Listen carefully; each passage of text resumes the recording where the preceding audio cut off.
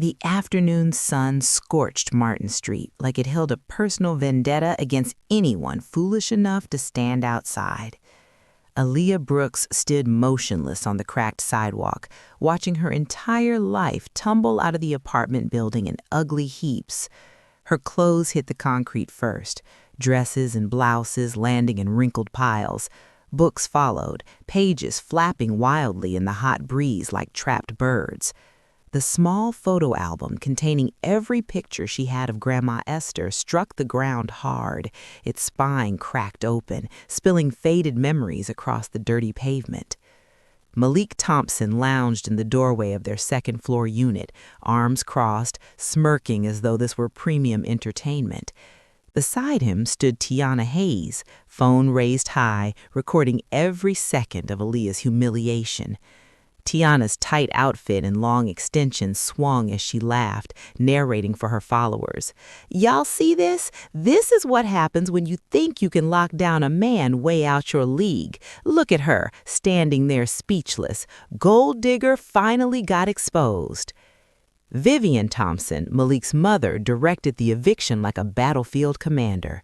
Dressed in a bright fuchsia pantsuit, face twisted in satisfaction, she pointed at items to be thrown harder. "Get this trash out of here. Should have done it years ago." Keisha Thompson, Malik's younger sister, dumped a garbage bag of Aaliyah's shoes onto the growing pile and wiped her hands as if contaminated. "This is so embarrassing for you," she sneered with mock pity. "Did you really think you belonged with us?" A small crowd gathered, neighbors filming, whispering. Aaliyah stood frozen, arms wrapped tight around herself, tears streaming silently. In her fist, she clutched the silver locket Grandma Esther had given her, thumb rubbing its worn surface like a lifeline. Vivian stepped close enough for Aaliyah to smell the coffee on her breath. Then she spat at Aaliyah's feet, the glob landing on her faded sneakers. "Project trash," Vivian hissed. "That's all you ever were."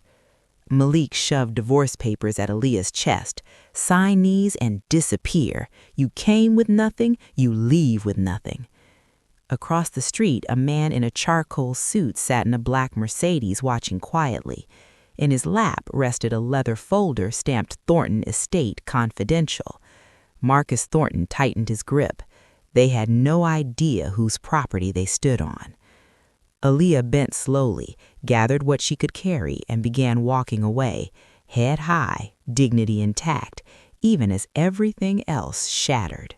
30 years earlier, in a quiet corner of rural Georgia just outside Macon, the dirt roads of Willow Creek ran red with Georgia clay.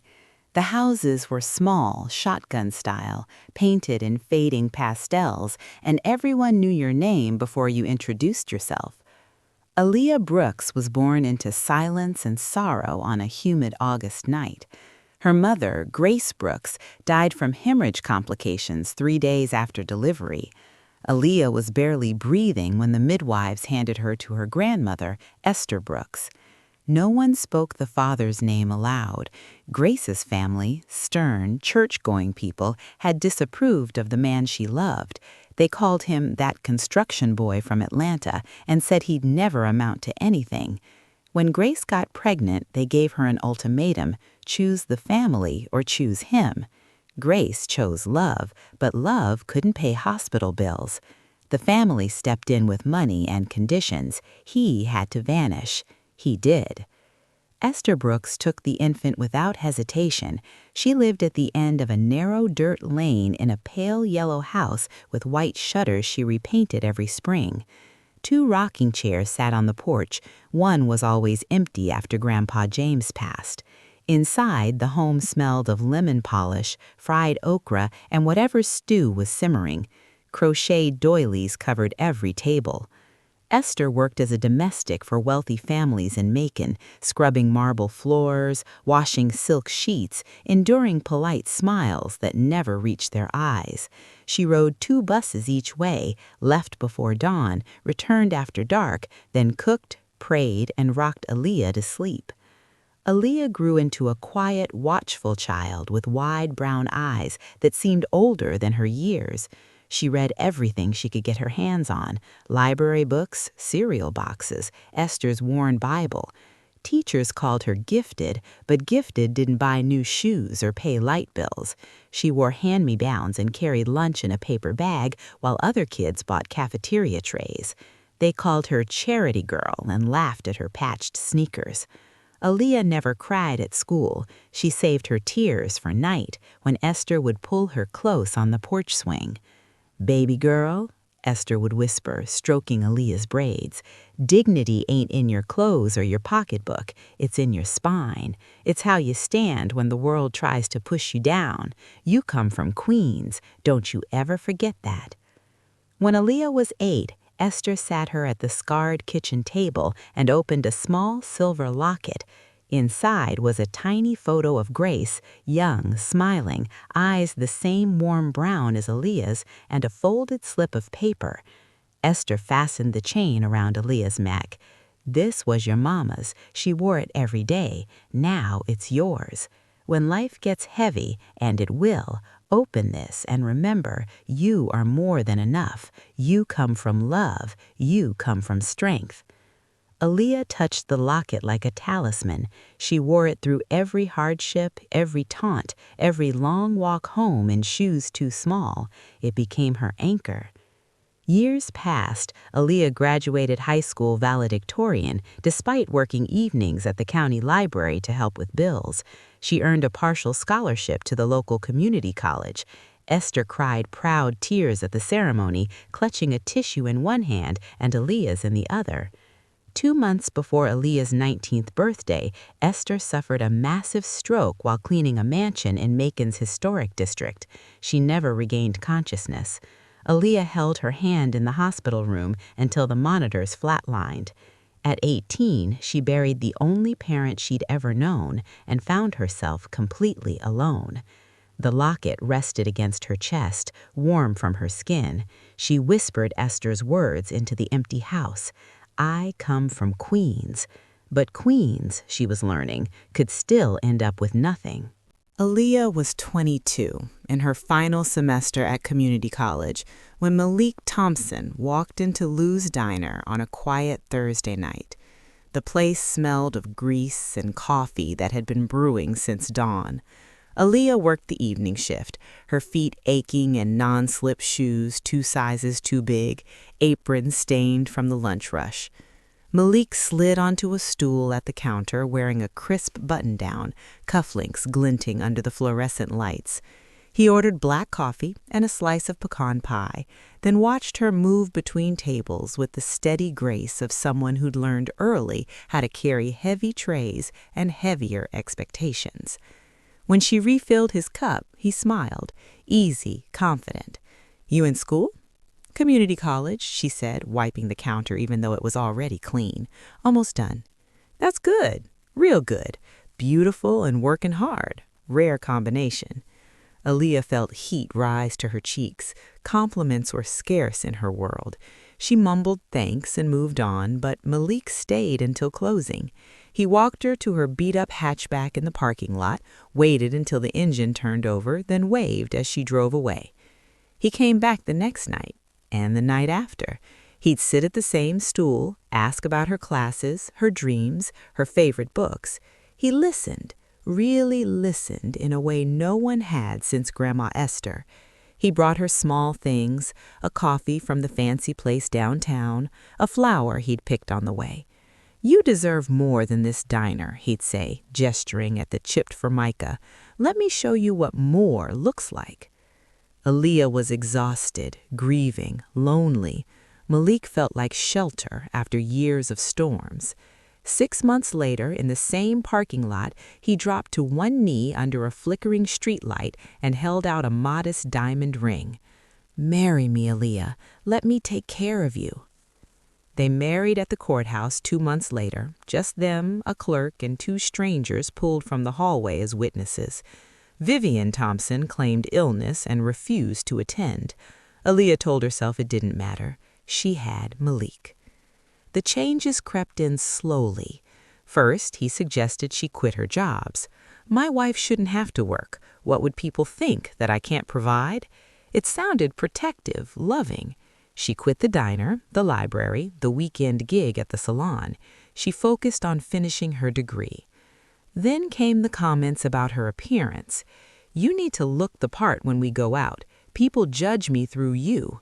He bought her clothes he preferred, chose how she should wear her hair.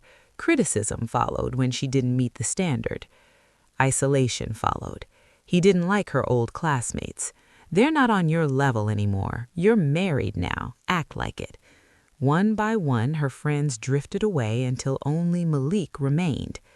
By graduation, Aaliyah realized the trap, but she had no savings, no job, no support network. She was dependent, and Malik knew it. The mask slipped completely. He criticized everything, her cooking, her housekeeping, her silence. He stayed out late, came home smelling of unfamiliar perfume. When she asked questions, he exploded. "You're crazy, desperate, pathetic, seeing things that aren't there." She stopped fighting. She became a shadow in her own home, moving quietly, holding Esther's locket like a prayer. She told herself she could endure. She had survived worse. But endurance has limits, and Malik was only getting started. The financial sabotage began quietly, almost invisibly. Aaliyah had trusted Malik with everything, bills, accounts, taxes, because he insisted. "That's what a man does," he'd said early on, kissing her forehead like it was romantic. "You focus on the home, I handle the money." She didn't notice the first red flags, small charges on the joint card she never made, balances dipping lower than expected. Then one afternoon, the debit card declined at the grocery store. The cashier gave her a sympathetic look as Aaliyah fumbled through her purse for cash she didn't have. She called Malik from the parking lot, voice tight. "Where's the money?" she asked. "Moved it," he replied casually, as if discussing the weather, "to an account in my name. You don't need access anymore." "That's our money, Malik. I need to buy food." "You don't contribute anything. Why should you touch my money?" The word "my" landed like a slap. Marriage, she realized, had become a one-way street. Desperate, she checked her credit score online. It had plummeted. Unknown credit cards, 5 of them, were listed in her name, all maxed out, $35,000 in debt she'd never authorized. She confronted him that night, printouts trembling in her hands. "You open these," she said. "This is fraud." Malik leaned back on the couch, smirking. "Yeah, I did. So what? You live in my house, eat my food, consider it payment." "That's illegal, Malik." "Then call the police." His laugh was cold. "See who they believe. You got no proof. You're nobody, Aaliyah. Always have been." The cruelty escalated. Vivian filed a false police report claiming Aaliyah stole a gold bracelet from her home. Officers arrived at dawn, badges flashing, searching drawers and closets, while neighbors watched from porches. They found nothing, but the humiliation burned deeper than any bruise. Keisha took to social media, posting cryptic messages. "Some people so ungrateful, you try to help and they stab you in the back, praying for my brother to wake up." Friends Aaliyah once confided in began unfollowing, believing the narrative the Thompsons spun. Tiana grew bolder. She posted photos with Malik, dinners, beach trips, hotel beds with strategically placed emojis. Comments flooded in. "Are y'all official now?" Tiana replied with winks and hearts.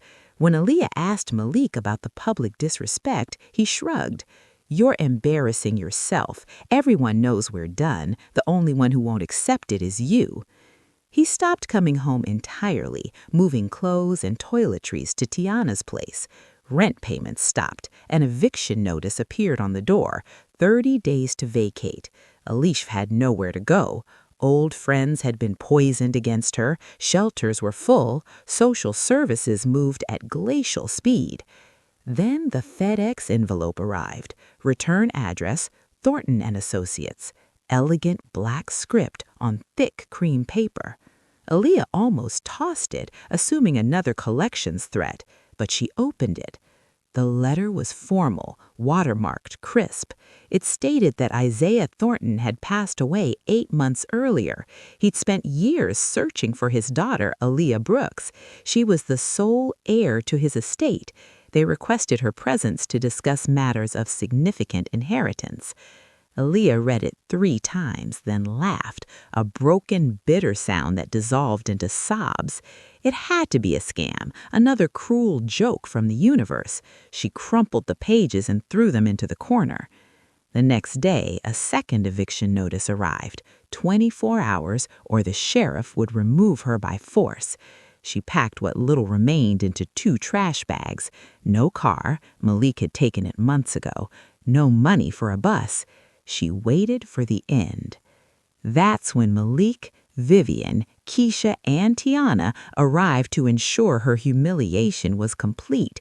They threw her belongings onto Martin Street like garbage. They mocked her, filmed her, spat at her feet. They made sure the whole block saw that Aaliyah Brooks was nothing. Across the street, Marcus Thornton watched from his Mercedes, fingers tight on the confidential folder. He had found her, just in time to witness the destruction. 3 days after the eviction, Aaliyah sat in the dim common room of Sacred Heart Women's Shelter, staring at chipped paint on the wall. She hadn't eaten more than a few bites of donated oatmeal. Sleep came in shallow fragments, interrupted by nightmares of Vivian's spit hitting her shoe, Tiana's laughter echoing through her phone speaker, Malik's cold voice saying, "You're nobody." The silver locket rested heavy against her chest. She touched it absently, tracing the familiar curve, waiting for Grandma Esther's voice to rise from memory. "You come from Queens, baby." But the words felt hollow now. Queens didn't sleep on cots in crowded rooms that smelled of bleach and despair. On the 3rd afternoon, the shelter coordinator, a kind woman named Miss Gloria, approached quietly. "Aaliyah, there are people here to see you." Aaliyah's stomach dropped.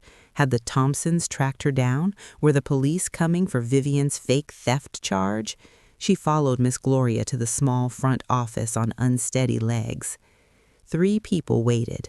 2 white men in tailored suits carried leather briefcases, lawyers unmistakably. The third was the tall black man in the charcoal suit she vaguely remembered seeing across Martin Street that day. His eyes were the same deep brown as hers, warm but serious. "Aaliyah Brooks," he said gently. "I'm Marcus Thornton. I've been looking for you for 8 months." She took a step back.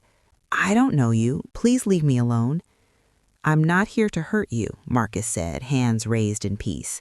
"I'm here to tell you the truth about your father, about who you really are." "My father's dead. I never knew him." "Your father was Isaiah Thornton, and I'm his son. That makes me your older brother." The room tilted. Aaliyah shook her head. "This is a scam. Get out." One lawyer opened a briefcase and withdrew a folder. "These are DNA results," he said calmly. "We used samples from Isaiah's medical records and a routine blood draw from your anxiety visit here last year. The match is 99.9%. "You tested my DNA without permission?" she whispered, voice rising. "It was legal," the lawyer assured her. "You signed the standard medical consent form." Marcus stepped closer, voice soft. "Give me 10 minutes. If you don't believe me after that, I'll walk away forever, but you deserve to know." Exhaustion won. She nodded and sat on the worn couch. Marcus sat opposite, studying her face like he was seeing a ghost. "You look just like him. Same eyes, same way you hold your mouth when you're thinking." He told her the story. 30 years ago, Isaiah Thornton was a young construction worker attending night classes, dreaming of something bigger. He met Grace Brooks at a downtown coffee shop. They fell in love fast, young, fierce love that felt invincible. But Grace's family despised him, too poor, too ambitious, too beneath them. When she became pregnant, they issued an ultimatum: leave him or lose everything. Grace chose Isaiah at first. They planned to elope. Then complications arose during the pregnancy, expensive ones. Isaiah couldn't pay. Grace's family offered to cover the medical costs, but only if Isaiah disappeared forever. He agreed, believing he was saving her life. He walked away, heartbroken. Grace gave birth to Aaliyah, then died when the baby was 3. Her family blamed the child, handed her to Esther Brooks, and erased every trace of Isaiah. He spent the next 27 years building a real estate empire, office towers, shopping centers, apartment complexes, while searching relentlessly for his daughter. Private investigators, court records, every lead. Esther never knew he was looking. Grace's family had hidden the trail too well. 2 years ago, Isaiah finally located Aaliyah in Atlanta, married, struggling. He wanted to approach her immediately, but Marcus urged caution. We can't just appear and upend her life. Before they could act, Isaiah suffered a fatal heart attack at 63.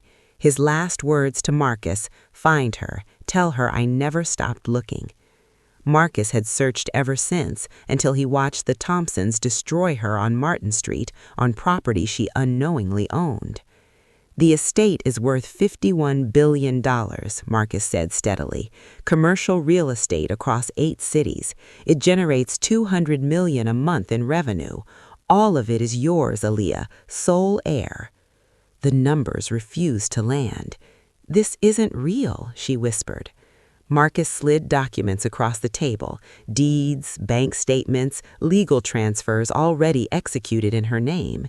"You own the building they evicted you from. You own the entire block on Martin Street. You own the office tower where Malik works, the luxury condos where Vivian lives. It's all yours." Aaliyah clutched the locket so hard the edges bit into her palm. Tears came silently. "Why didn't he find me sooner?" Her voice cracked. "He never stopped trying. Your mother's family buried the trail. By the time he located you, his heart was failing, but he loved you before he ever held you." Marcus reached across and took her hand. "You're not alone anymore. I'm your brother. We have a sister, Christina. We want you in our lives." Aaliyah looked into his eyes, her father's eyes, and saw family for the first time. "What do I do now?" she asked, small and trembling. Marcus smiled. "First, we get you out of here. Then we make sure the people who hurt you understand exactly who they were dealing with." 1 week later, the Thompsons gathered at the Pinnacle, an upscale downtown restaurant with floor-to-ceiling windows and wait staff who moved like they were trained in ballet. The occasion? Malik and Tiana's engagement, announced the day before on Instagram with a photo of Tiana's oversized ring sparkling under restaurant lights. Malik had maxed out another card to buy it, desperate to keep her smiling. Vivian presided at the head of the table in her most expensive dress, diamonds catching every light. Keisha snapped photos every few minutes, captioning them "family wins" and "level up complete." Malik kept his arm around Tiana, both of them radiating the smug confidence of people who believed they'd erase their past mistakes. They ordered filet mignon, bottles of wine with French names they mispronounced, and toasted to new beginnings. Vivian gave a speech about how proud she was that her son had finally found a woman who truly deserves him. Tiana flashed her ring at passing servers. Laughter rolled across the table. Mid-dessert, the restaurant manager approached, face professionally blank. "Mr. Thompson, if your party would follow me to the private dining room, please." Malik frowned. "We didn't book a private room." "It's been arranged," the manager said smoothly. "This way." Curious and slightly tipsy, they followed. Malik assumed a colleague had planned a surprise. Tiana was already mentally composing Instagram captions for the exclusive setting. The manager opened double doors to an elegant room lit by soft chandeliers. At the head of a long mahogany table sat Aaliyah. Silence crashed over the group like cold water. Aaliyah wore a simple navy-sheath dress that fit like it was made for her. Her hair was sleek and professional, makeup subtle but flawless. She looked nothing like the broken woman they'd humiliated on Martin Street. She looked untouchable. Beside her sat Marcus Thornton in his signature charcoal suit. 4 more people in business attire flanked them, lawyers with open briefcases and stacks of documents. Malik's face drained of color. "What the hell is this?" Vivian's mouth opened, closed. Keisha reached for her phone. One lawyer raised a hand. "No recording. Put it away or leave." Tiana glared at Aaliyah with pure venom. "You got some nerve showing your face." "Sit," Marcus said. The single word carried the weight of command. They sat, slowly, warily. Marcus stood, buttoning his jacket. "My name is Marcus Thornton, lead counsel for the Thornton estate, one of the largest private real estate portfolios in the country. This is my sister, Aaliyah Brooks, sole heir to that estate." Malik forced a laugh. "That's ridiculous. She's nobody. This is a scam." "Let me clarify what isn't a scam," Marcus said, voice ice. "This restaurant, The Pinnacle, Aaliyah owns it. She owns this building. She owns the entire block." Vivian's hand flew to her throat. Marcus continued, sliding documents forward. "The office tower where you work, Malik, Bennett Plaza on 5th, Aaliyah owns it. Your company's lease expires in 30 days. She's not renewing." Malik stammered. "That's impossible." "The Riverside luxury condominiums where you live, Vivian," Marcus met her eyes. "Aaliyah owns the entire complex. You have 30 days to vacate. Consider this formal notice." Vivian's hand shook as she picked up the eviction papers. Marcus turned to Tiana. "The building at 847 Martin Street, where you filmed Aaliyah's humiliation and threw her belongings into the street, Aaliyah owns it, the entire 12-building block. You committed assault and invasion of privacy on her property." Tiana went pale. Aaliyah spoke for the first time, voice calm and clear. "You can watch the rest from your seats." Marcus nodded. "The Thornton estate is valued at $51 billion. It generates $200 million monthly. Aaliyah is the sole heir. And Mr. Thompson, the divorce was finalized 3 days ago. You signed a prenup you never read. Inherited assets are hers alone." Malik looked ill. "You also stole $43,000 from joint accounts, opened fraudulent credit cards in her name, $35,000 in debt, identity theft, financial fraud. The district attorney has been notified. Charges are pending. You're looking at up to 15 years. Vivian clutched her chest. Keisha's eyes filled with tears. Tiana stared at Malik like he'd become radioactive. Aaliyah rose slowly and walked around the table until she stood before Malik. He couldn't meet her gaze. "You called me worthless," she said quietly, "told me I came with nothing and would leave with nothing." She turned to Vivian. "You spat at my feet, called me project trash, filed false reports to have me arrested." To Keisha, "You spread lies online, turned people against me, made me the villain in my own story." To Tiana, "You filmed my lowest moment, mocked me for the world to see, thought it would make you famous." Tiana opened her mouth, closed it. "I'm not here for revenge," Aaliyah said. "I'm here so you understand who you tried to destroy. When you spat on me, you stood on my land. When you called me nothing, I owned everything around you." She smiled, small, distant, final. "You have 30 days to leave my buildings. All of you." She turned to Marcus. "Are we finished?" "We're finished." Aaliyah walked to the door, paused, looked back. "Oh, Tiana, that video you posted? My lawyers are filing for harassment, defamation, and invasion of privacy. Get a good attorney. You'll need one." The door closed behind her and Marcus. Inside, silence stretched. Then Tiana stood, grabbed her purse. "There's no we, Malik. I'm not dating a man going to prison. Lose my number." She walked out without a background glance. Keisha burst into tears. Vivian sat frozen, eviction notice trembling in her grip. Malik laid his head on the table and understood too late that he had ruined his own life. They had tried to erase a queen. They never realized she owned the kingdom. 8 months after the private dining room doors closed on the Thompsons, Aaliyah stood on the wide front porch of a restored pale yellow house with crisp white shutters. Yellow roses bloomed in the flower boxes she'd planted herself. 2 rocking chairs sat side by side, identical to the ones Grandma Esther used to favor, one for sitting, one for memories. She had bought the entire street in Willow Creek, every shotgun house along the red clay lane.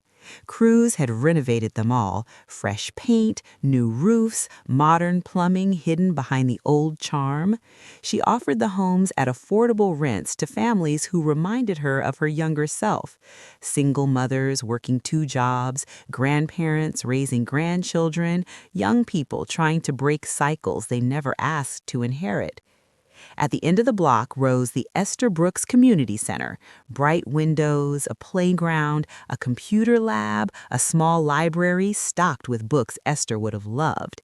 Inside, girls and young women gathered for after-school programs, college prep workshops, therapy sessions, job training classes. The Mama Esther Brooks Foundation had already awarded full scholarships to 37 students in its first cycle. Housing assistance, mentorship, emergency funds, whatever it took to give someone a real chance.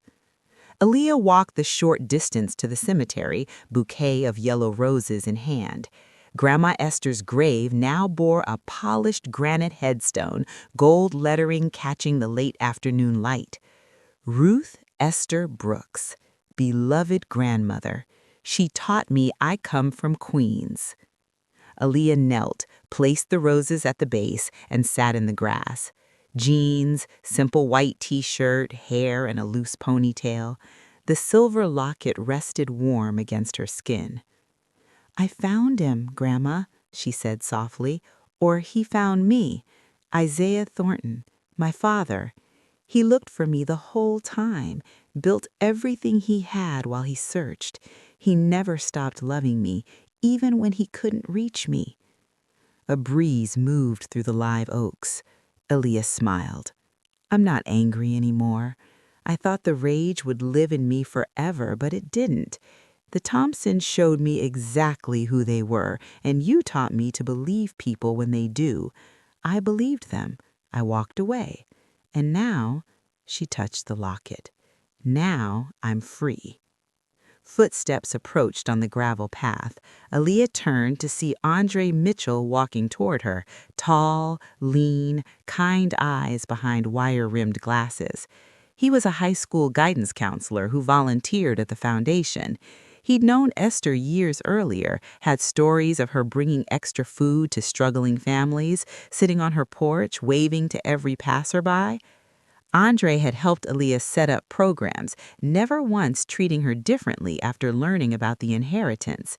He listened when she needed to talk about the past, made her laugh when the weight felt heavy, respected her silences when words weren't ready. "Sorry," he said, stopping a respectful distance away. "You're not." Aaliyah stood, brushing grass from her jeans. "I was just telling Grandma everything." Andre glanced at the headstone, then back at her. She'd be proud. The center, the scholarships, the way you're lifting up these girls, it's exactly what she would have wanted. Aaliyah looked around at the quiet cemetery, the blooming roses, the street she had rebuilt in Esther's name. "I used to think dignity was something you had to fight to keep. Now I know it's something you can give away and still have more left over." Andre smiled gently. "You've given a lot of it back." They walked together back toward the yellow house. Children's laughter drifted from the community center playground. A teenage girl waved from the porch, calling Aaliyah's name with a grin. Aaliyah waved back. The Thompsons' lives had unraveled in predictable ways. Malik lost his job when his company couldn't afford to stay in Bennett Plaza. The fraud charges followed him everywhere. He took a plea deal, 5 years probation, full restitution, and now folded clothes at a department store, bitterness etched into every line of his face. Tiana vanished from his life the night of the dinner, rebranded herself elsewhere, but the internet remembered. Her follower count cratered, brands dropped her, the harassment lawsuit cost her everything she had left. Vivian moved in with Keisha in a cramped apartment far from the luxury she once flaunted. Their social circle evaporated. Keisha's online presence became a graveyard of receipts and call-outs. The family fractured completely, blaming each other, cutting contact, dissolving into the very nothing they once accused Aaliyah of being. Aaliyah no longer checked for their names in the news. She turned the page. At the porch steps, Andre paused. Dinner later? There's a new place downtown. Quiet, good food, no cameras, no drama. Aaliyah looked at him, really looked at him, and felt something soft and unfamiliar bloom in her chest. Not desperation, not survival, just possibility. "I'd like that," she said. They sat in the rocking chairs as the sun dipped low, painting the sky in gold and rose. Aaliyah touched the locket one last time that day. "Thank you, Grandma, for teaching me how to stand and for showing me I could rise." The breeze answered, gentle and sure, carrying the scent of yellow roses across the porch of a house that finally felt like home. But wait, what happens when one of them tries to crawl back, begging for forgiveness now that the money is real? Tell me in the comments, would you give them a second chance or let karma finish the job? Smash that like button if Aaliyah deserved every bit of this glow up. Subscribe plus bell if you're ready for the next Revenge to Riches story. Trust me, you don't want to miss what's coming.